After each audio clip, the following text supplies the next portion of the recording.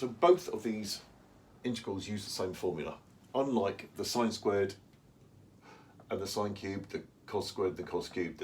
The sine squared and cos squared use one formula, the sine cubed and the cos cubed use another formula. But this these just use one formula. What you should remember is that tan x sec squared x integrates to a half tan squared of x, because the differential of tan x is sec squared x. So that, by the integration by inspection or the reverse chain rule, you should know that that differentiates to that. There is another way of integrating this. If you write it as tan x sec x times sec x. So sec differentiates to tan x sec x. So you could also write that as a half sec squared of x plus c. And they're both correct. So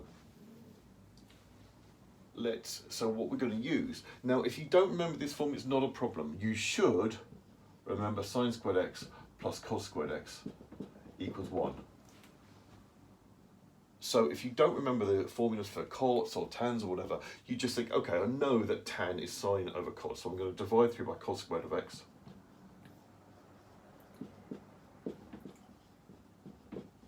So tan squared of x plus 1 equals sec squared of x. So that's the formula I'm going to use.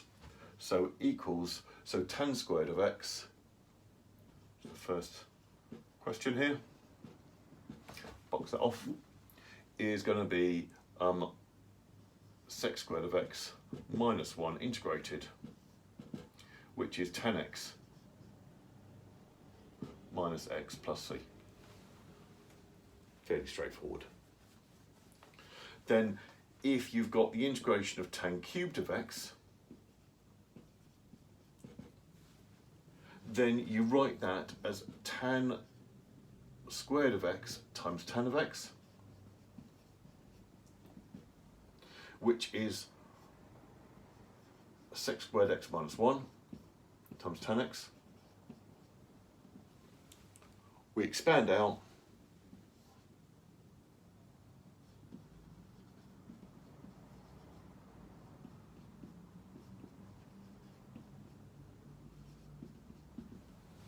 so that comes from this. I'm going to take that first one, although either's acceptable.